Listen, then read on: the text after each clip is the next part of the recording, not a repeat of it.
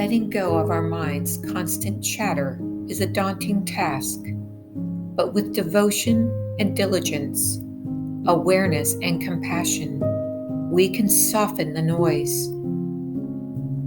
It takes great resolve and a deep desire to sit with ourselves and the stillness of life's true beauty.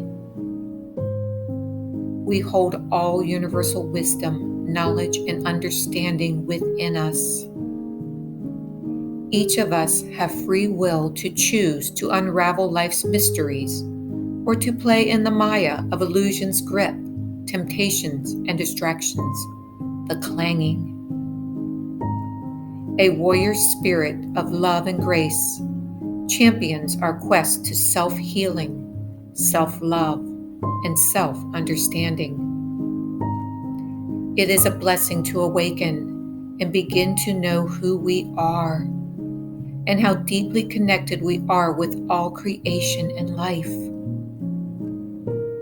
The sweet spaces of quiet grace help us on our journey to truth, light, love, and the union with Father, Mother, Divine. In the end, it all leads us within ourselves and to the outpouring of our light for the fullness of all life upon earth as love.